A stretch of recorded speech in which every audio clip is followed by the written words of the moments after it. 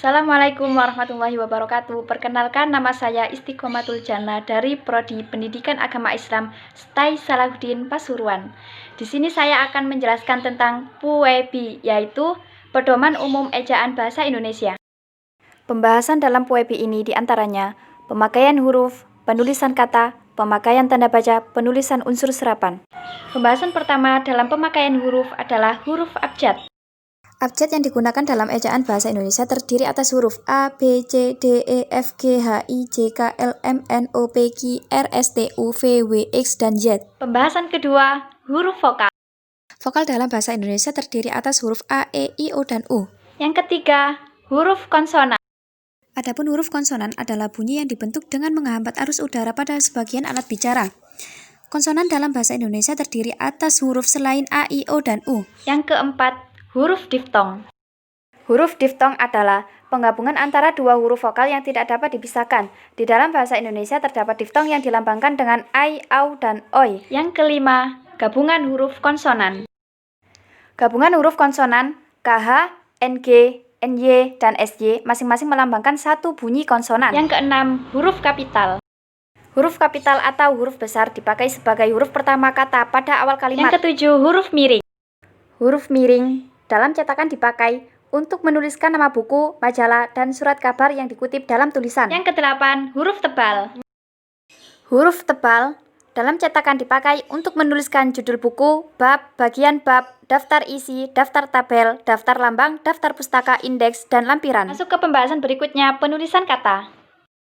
Dalam pembahasan penulisan kata diantaranya ada kata dasar, kata turunan, bentuk ulang, gabungan kata ganti ku, kau, mu, dan nya, kata depan di, ke, dan dari, partikel, dan tanda petik. 1. Kata dasar. Kata yang berupa kata dasar ditulis sebagai satu kesatuan. Contoh, saya pergi ke sekolah. Yang kedua, kata turunan atau yang disebut dengan kata imbuhan, yaitu awalan, sisipan, akhiran, ditulis serangkai dengan kata dasarnya. Contoh awalan, berjalan. Contoh sisipan, gemetar. Contoh akhiran, lukisan. Yang ketiga adalah bentuk ulang, ditulis secara lengkap dengan menggunakan tanda hubung. Contoh, anak-anak, sayur mayur. Yang keempat, gabungan kata. Gabungan kata biasa disebut kata majemuk, termasuk istilah khusus, unsur-unsurnya ditulis terpisah. Contoh, duta besar, orang tua, meja tulis. Yang kelima, kata ganti ku, kau, mu, dan nya, ditulis serangkai dengan kata yang mendahului atau mengikutinya. Yang keenam, kata depan di, ke, dan dari. Apabila menunjuk kata tempat, ditulis terpisah dari kata yang mengikutinya. Yang ketujuh, partikel. 1. Partikel lah, kah, dan tah ditulis serangkai dengan kata yang mendahuluinya. Yang kedua, partikel pun ditulis terpisah dari kata yang mendahuluinya. Yang ketiga, partikel per yang berarti mulai, demi, dan tiap ditulis terpisah dari bagian kalimat yang mendahuluinya atau mengikutinya. Yang kedelapan, tanda petik. Tanda petik tunggal digunakan untuk 1. Mengapit petikan yang tersusun di dalam petikan lain.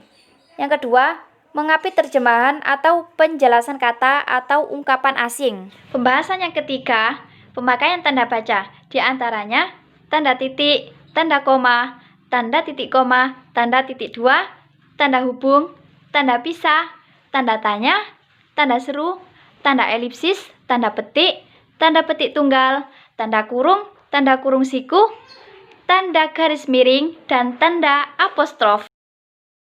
1. Tanda titik. Tanda titik dipakai pada akhir kalimat yang bukan pertanyaan atau seruan. Contoh, mereka duduk di sana.